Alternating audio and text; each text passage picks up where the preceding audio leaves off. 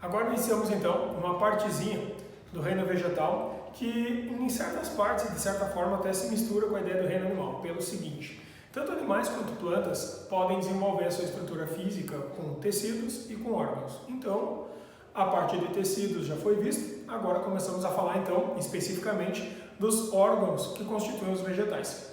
Cada órgão vegetal pode ser uma raiz, caule, folha, flor, semente ou fruto. Diferente daquilo que nós temos em animais, que é fígado, rim, coração. Então, cada órgão desses vegetais, assim como nos animais, tem um papel específico. Então, nós vamos começar um por um, de baixo para cima, analisando esses órgãos para poder entender melhor qual é a sua estrutura e funcionamento. Então, o primeiro órgão de todos os vegetais é a raiz. Na raiz, nós temos duas funções principais, que são a absorção de nutrientes do solo e fixação. Logicamente, tem raízes que podem fazer um serviço extra, só que são raízes especiais, então é outro tipo de papel ou outro tipo de função. Sendo assim, numa planta que tem raiz, nós vamos subdividir as estruturas em anatomia ou estrutura externa e anatomia ou estrutura interna. Primeiramente, a anatomia e estrutura externa ela é comum para as raízes. O que nós encontramos pelo lado de fora então de uma raiz? Do lado de fora de uma raiz nós encontramos primeiro o colo, que é essa parte de cima aqui, que é justamente aquela responsável por definir da onde para onde é caule e da onde para onde é raiz. Então o colo ou coleta é a parte que difere da onde para onde nós temos o caule e a raiz. Dali para baixo, vai estar a raiz, nós vamos encontrar a primeira área, que é chamada zona de ramificação ou então zona suberosa. Essa contém raízes laterais. Essas raízes laterais às vezes crescem muito e elas são aquelas que o cara está caminhando e tal, daqui a pouco, pum, chuta uma pedra da calçada que está erguida. Foi essa raiz lateral que fez isso. Então essas raízes laterais ramificam as plantas no sentido geralmente horizontal, que é justamente para garantir que a planta não vire, não tombe, especialmente em casos de plantas maiores. Então essa segunda raiz aí é uma raiz que tem exatamente a mesma estrutura da grande primária, mas ela na verdade serve basicamente para fazer sustentação. Então, logo abaixo da zona suberosa ou zona de ramificação, a gente encontra uma segunda área. Essa segunda área é uma zona cheia de pelinhos microscópicos, que são aqueles que absorvem os nutrientes diretamente do chão, a água e os sais minerais. Chamada por isso então de zona de absorção, ou zona pilífera ou zona pelífera, que é onde tem os pelinhos. Essa zona pelífera, que é a zona da absorção, então, ela é a responsável por fazer então a retirada dos nutrientes diretamente do chão, do solo. Então, a nossa zona pelífera é por onde a gente vai ter a passagem dos nutrientes diretamente, do chão para dentro da planta. Tem nessas raízes secundárias? Tem também, tá? Isso não vai mudar. Então, essa zona pelífera ou zona de absorção, ela tem que ter células que apresentem uma concentração mais alta, justamente para poder funcionar a osmose naquele ponto. Dali para baixo, nós temos uma terceira área, chamada zona lisa, zona de crescimento, zona de extensão ou de alongamento, também chamada de zona meristemática. É onde nós temos células com intensa atividade de mitose, que serve basicamente então para fazer o alongamento celular. Nessa área aqui é chamada de zona lisa porque ela não tem esses adereços, não tem a presença dos pelinhos. Então o que acaba acontecendo é que essa área ela é muito simples, mas muito importante, porque ela que garante que a planta vai crescendo para baixo, para os lados e aumenta a sustentação dela no chão. Nesse caso, intensas atividades de mitose, portanto, é a zona do meristema primário. Só que como é uma área muito jovem, muito molinha, ela precisa de um escudo de proteção. Esse escudo de proteção está ali justamente para que se a planta vá crescendo e batendo contra o chão, não quebre essa ponta. Então, tem um escudo protetor que fecha a pontinha e garante que ela não quebra aquela pontinha, aquela lança que vai afundando. Esse escudo que está ali embaixo chama-se coifa ou calíptera. É a parte responsável por proteger as células do meristema primário, que ficam dentro da zona lisa, e, portanto, garantir o crescimento contínuo dessa planta através da sua raiz. Todas as plantas vão ter essa estrutura externa. Só que se eu pegar, então, e for analisar agora como é que é a raiz para o lado de dentro, nós temos dois tipos de anatomia interna, então, que são a estrutura primária da raiz e a estrutura secundária da raiz. A estrutura primária da raiz, na verdade, é encontrada em tudo que é tipo de planta. Só que algumas dessas plantas, elas crescem a estrutura primária e pronto, para ali. Não faz a substituição pela secundária. E tem plantas que precisam ficar maiores, mais robustas e mais pesadas, então elas vão obrigatoriamente ter que substituir a estrutura primária pela secundária. Então o que é que nós encontramos na primária?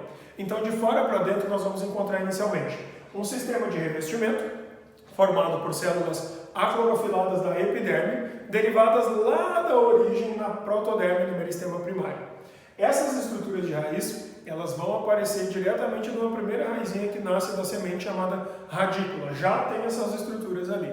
Quando acontece isso, então, dentro dessa epiderme, que é a camada transparente, nós encontramos uma segunda parte, que é a mais, vamos dizer assim, volumosa, que ocupa mais espaço dentro da raiz, chamada de córtex. Esse córtex é formado pelo parênquima fundamental, lá do meristema primário, mais a endoderme. É nele que a gente encontra células lotadas de suber, dificultando um pouco da entrada de água, justamente para controlar o volume de água que entra, que é formado pelas estrias de Caspar. Então essas células com um pouquinho de suber dentro, elas dificultam a passagem de água, justamente para que a gente possa forçar a passagem de água pelo citoplasma das células, fazendo aquele controle osmótico do volume de água que está entrando. Então, bem internamente, a gente vai encontrar a parte do cilindro vascular, que vai formar o periciclo, ou seja, todos os tecidos que vão ser responsáveis pela distribuição de seiva, xilema, floema, por exemplo. Então, a partir daqui será formado o câmbio, que é aquele tecido que depois origina, então, xilema e floema do jeito que eles vão ser quando a planta é adulta. Então, no momento que a gente tem uma planta que está com a raiz crescendo, a gente tem uma raiz jovem. Para todas as plantas, então a gente encontra essa estrutura interna. Agora, no momento que essa planta começa a substituir essa raiz jovem por uma raiz adulta, ela começa a fazer o periciclo se transformar em câmbio que vai gerar o xilema e floema. A parte do parênquima fundamental vai formar o felogênio, que vai dar origem para uma casca velha e adulta e também para a feloderme. Ou seja, se a gente pegar uma raiz de uma planta adulta, grande, e cortar ela bem aqui em cima, perto da base, o que a gente encontra é a estrutura secundária de uma raiz, ou seja, é uma raiz adulta, é uma raiz que vai envelhecer, que vai engrossar. Então, esse tipo de raiz a gente só vai encontrar em plantas com crescimento secundário, que significa plantas que podem engrossar e ficar velhas, plantas que passem do primeiro para o segundo ano de vida, que significa eudicotiledôneas, que nem o eucalipto, uma laranjeira, plantas altas, ou então gimnospermas grandes, que nem pinheiro, por exemplo, o cedro, o pinus. Então esses a gente pode ter. Então, se eu pegar uma raiz grossa dessas e cortar transversalmente, o que a gente vai encontrar de fora para dentro é o suber, que é aquela casca escura que nem tem no caule.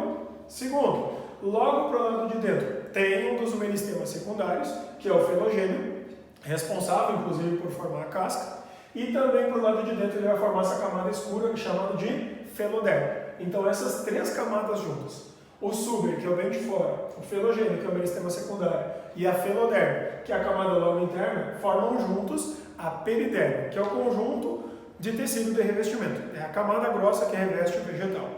Mais internamente, nós encontramos então o floema, que é o floema, que é ele responsável por transportar a seiva elaborada de cima para baixo, abastecendo com comida ou seiva elaborada. Aí quem originou ele é essa camada vermelhinha chamada câmbio vascular. O câmbio vascular nasce do cilindro vascular. O conjunto do câmbio vascular mais o floema mais as duas camadas de xilema que nós temos para dentro formam o periciclo. Então, nesse caso, essa camadinha vermelha, que é o câmbio, fabrica para o lado de fora o floema e fabrica para o lado de dentro o xilema primário, que é o mais antigo, que nasceu primeiro, que virou só o xilema de sustentação, e o xilema secundário, que é o xilema responsável por transportar a seiva bruta de baixo para cima. Então, sempre numa raiz velha, grande, robusta, nós temos para o miolo xilemas, o funcional, que é o laranjinha aqui, e o não funcional, que é o preto. Depois, o câmbio, que fabricou eles, e ainda o floema, que foi fabricado pelo câmbio. Todas as plantas que têm raízes grandes e velhas vão apresentar essa estrutura. Então, a gente deve cuidar, porque esse tipo de estrutura aqui, de distribuição dos vasos, quando passa daqui da raiz para cima, ele muda o posicionamento. E aí a gente começa a ter os feixes condutores. É como se todo o xilema e floema se reorganizassem em vasos, que agora vão percorrer o vegetal da raiz até lá em cima, só que redistribuídos, redivididos e modificados pela sua estrutura interna.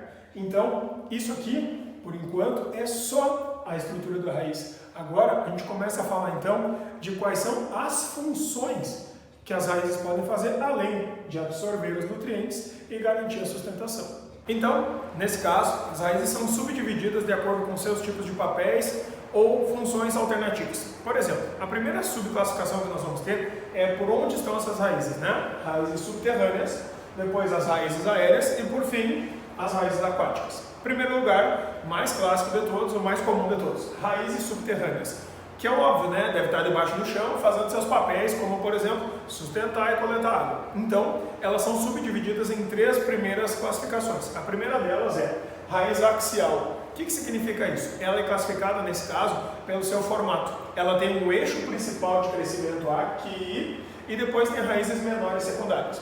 Isso é típico de plantas das dicotiledôneas e plantas de porte arbóreo. Normalmente plantas muito grandes, elas precisam ter uma raiz mais profunda para poder sustentar uma parte aérea um pouco maior. Então, a gente encontra esse tipo de raiz na roseira, a gente encontra esse tipo de raiz, por exemplo, também numa laranjeira, no eucalipto, plantas arbóreas assim devem ter isso aí. Já um segundo tipo de raiz que a gente vai encontrar em plantas menores, de porte pequeno, como grama, pastagem, por exemplo, são raízes fasciculadas, ou também chamada de raiz em cabeleira. Então, a raiz fasciculada, ela é formada por fascículos, por segmentos pequenininhos. Nesse caso, cada um dos fascículos, cada uma das raízes menores, tem tamanho similar, elas nunca têm uma muito maior que a outra. E nesse caso, cada uma dessas raizinhas aqui tem aquela estrutura de uma raiz qualquer, que tem a zona pilífera, a zona lisa, a zona da coifa e a zona da ramificação. Todas elas são iguais em papéis e em estrutura e quase sempre também muito parecidas em tamanho. Esse tipo de raiz normalmente é de plantas pequenas. Só que às vezes, tanto as raízes axiais quanto as raízes fasciculadas, elas podem estocar comida.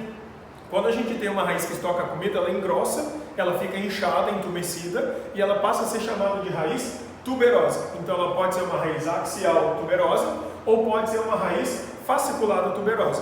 O que é a tuberosidade? A tuberosidade, nesse caso, é o entumecimento, o inchaço, por depósito de substâncias químicas, normalmente nutrientes. Como é o caso, por exemplo, da mandioca, como é o caso, por exemplo, da cenoura, como é o caso da batata doce, que acabam ficando inchadinhas ali embaixo.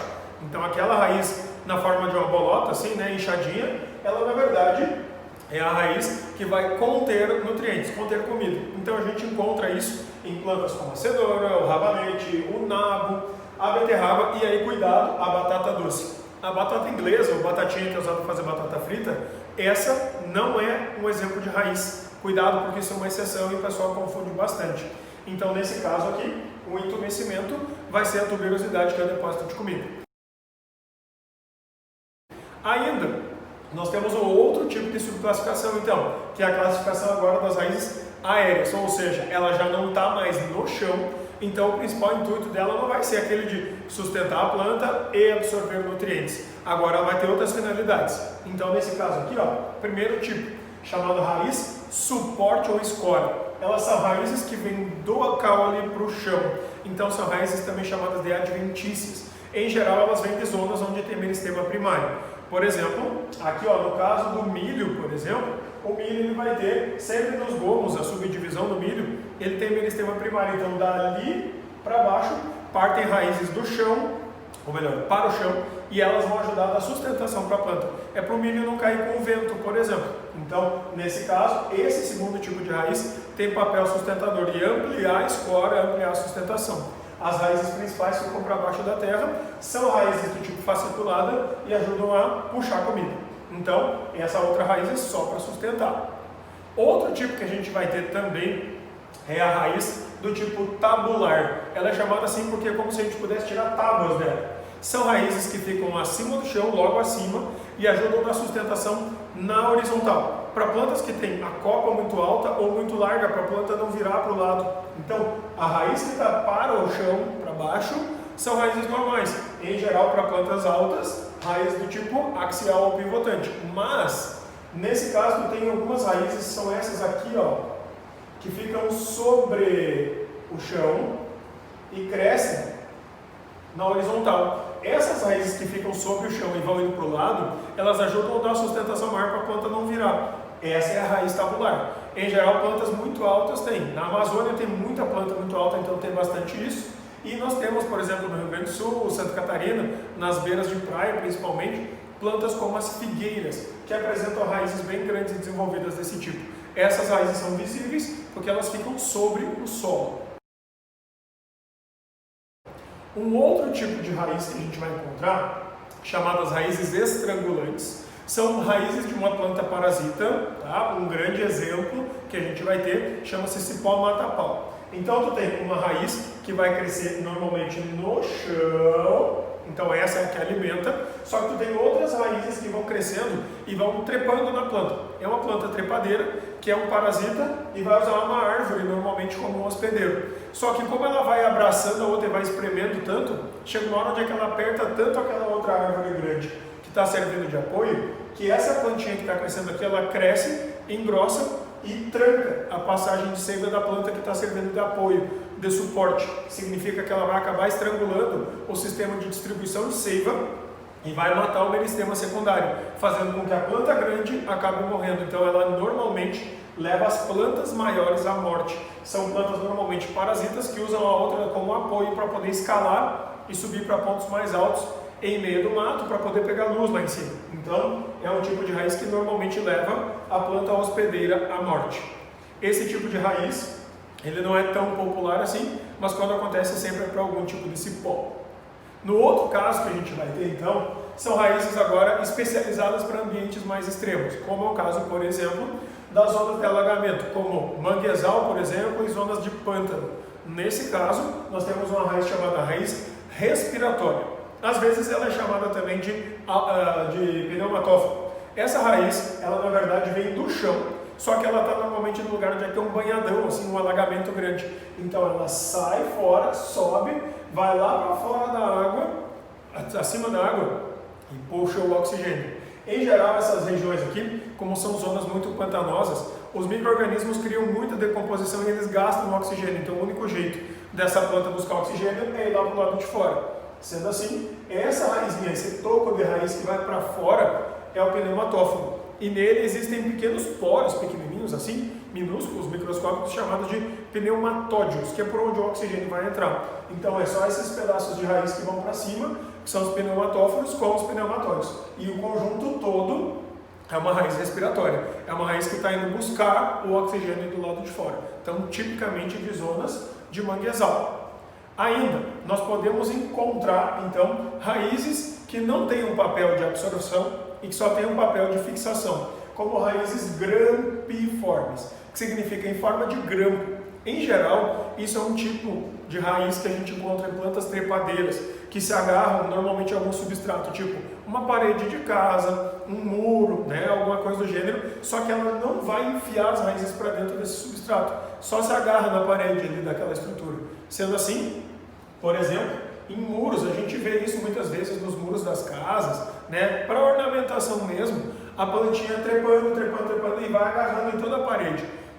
Nesse caso, o que acaba acontecendo é que nós temos uma raiz no fundo do chão, que é aquela que alimenta a planta, ela tem folhagens para poder fazer fotossíntese, mas aí, lá no meio dela, ela vai ter uns grampinhos, que é uma raiz que cola na parede. Essa raizinha, que serve só para agarrar na parede, assim, ela fica por baixo da planta e ela tem então uma afinidade com o substrato e ela cola literalmente na parede, mas só serve para agarrar, ela não tira a seiva nem nada dali. Então nesse caso é uma raiz em forma de um grampo de fixação. Em geral, muito comum em plantas como, por exemplo, uma super popular chamada de Hera, que é uma planta muito utilizada para ornamentação e que ela cresce bastante em cima das paredes, assim, e muros das casas. Além dessas aqui, nós encontramos aí dois grupos de raízes bem importantes que a gente deve cuidar para não fazer confusão, que são a raiz cintura, que é típica de plantas epífitas, como bromélias e orquídeas, alguns outros tipos também, e a raiz sugadora, também chamada de austório, que daí é típica de planta parasita, ou seja, a primeira não danifica o vegetal hospedeiro e a segunda sim danifica e causa prejuízos. Então vamos ver o primeiro, tá? No primeiro caso, a raiz cintura, que é aquela que a gente encontra, por exemplo, em orquídeas e bromélias, ela é uma raiz que normalmente vai ter uma coloração mais clara. Ela é esbranquiçada, acinzentada, avermelhadinha assim, mas ela não é uma raiz escura, preta, marrom, que nem aquelas que vão para o chão. Esse tipo de raiz, então, ela fica sobre um vegetal hospedeiro, então ela está em cima de uma árvore, em cima do fio de luz, em cima de algum lugar, tá? Apoiada em algum lugar. Só que ela tem uma raiz que não entra para dentro do outro vegetal, ela só abraça o outro vegetal, significa só serve para se fixar. Então, na verdade, a raiz cintura é uma raiz de fixação, mas não de absorção de nutrientes do outro vegetal. Então, nesse caso aqui, essa plantinha que está apoiada em cima da outra, ela está ganhando pelo lugar onde ela está, e não ganhando comida da outra onde ela está apoiada, então ela não é um parasita. Isso é o que acontece com as orquídeas. Se a gente olhar, ela tem tipo uma raizinha branquinha, e essa raiz branca ela tem um tecido vegetal diferente, especializado, que tem muitas camadas e ele funciona que nem uma esponja. Então, cada vez que chove e molha aquela raiz ou escorre da árvore grande, ela absorve essa água ou a da própria umidade relativa do ar. Mas o mais importante, ela não tira seiva da planta hospedeira. Então, se a gente cortasse esse galho transversalmente e fôssemos olhar, aqui está o galho, o caule, né? E aí as raizinhas, elas ficam pelo lado de fora, elas não são enfiadas lá para dentro para roubar a seiva. Então, normalmente, essa plantinha que está crescendo ali, ela vai ter algum tipo de adaptação para garantir que ela pode, por exemplo, pegar a água da chuva e acumular um pouco dessa água, evitando que ela fique sem água se ficar muitos dias sem chover. Esse é um dos motivos também pelos quais esses tipos de planta têm maior tendência a se desenvolver dentro de áreas de mato fechado, onde a gente já tem uma umidade maior, onde não vai faltar água com tanta frequência e elas desenvolvem mais fácil. Por isso que bromélia e orquídea quase sempre dão em beira de mato, em beira de rio, em beira de cachoeira, onde a disponibilidade de água é maior. Então é importante lembrar, raiz cintura não causa prejuízo, é uma raiz só de fixação. Por isso que tu pode ter cactos em cima de pedra, por exemplo, bromélia e orquídea em cima de fio de luz e não dá nada. Elas não precisam de comida dali. Elas fabricam a própria comida, absorvendo a umidade do ar e ainda fazendo fotossíntese. Agora, se tu fizer o mesmo tipo de exemplo e for tentar aqui comparar, tá? A raiz cintura, que tem o véu ou velame, que é esse tecido estratificado, com a raiz sugadora, também chamada de Neostório, que não tem esse tecido e que precisa comer, aí tu tem um tipo de planta que causa prejuízo. Então, tu tem agora uma planta hospedeira e uma outra plantinha que cresce em cima. Em geral, elas se parecem muito com cipós, assim, mas não é obrigatório. O que acaba acontecendo?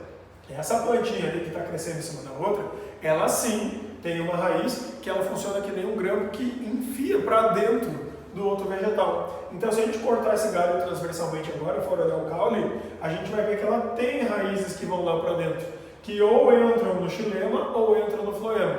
Quando tu tem uma planta desse tipo, essa planta que está roubando comida, ela pode ser classificada de duas formas. Um parasita parcial, também chamado de hemiparasita, que significa, ele vai enfiar a sua raiz até o xilema.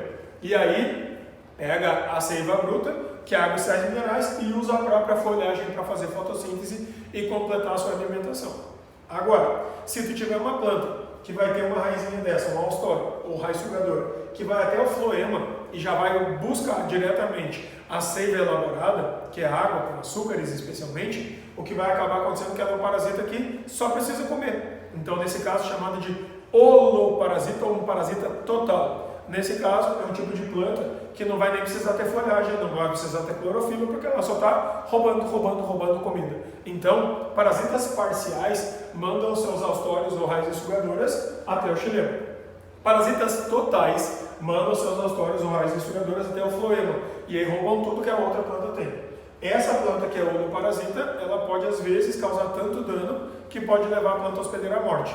Não é normal que uma planta tente matar a outra, porque se um parasita mata o seu hospedeiro, por tabela ele vai acabar morrendo. Então não seria um parasita muito esperto fazendo isso. Então, exemplos bem importantes que nós vamos ter aqui, ó, plantas que são hemiparasitas, como é o caso, por exemplo, da erva de passarinho. Tem muito no Brasil em várias praças, tá? Uma planta que se dissemina muito fácil. Segundo tipo, um outro tipo de planta que é holoparasita, chamado cipó-chumbo, que é um tipo de planta que aí é mais nociva e eventualmente pode levar outra planta à morte. Então, cuidar para não confundir o que é raiz cintura com aquilo que é raiz sugadora. E então, para finalizar os tipos principais de raízes diferentes, assim, nós temos as raízes aquáticas. Obviamente, restritas ao ambiente aquático, plantas que estão boiando dentro da água, tipo o aguapé, por exemplo.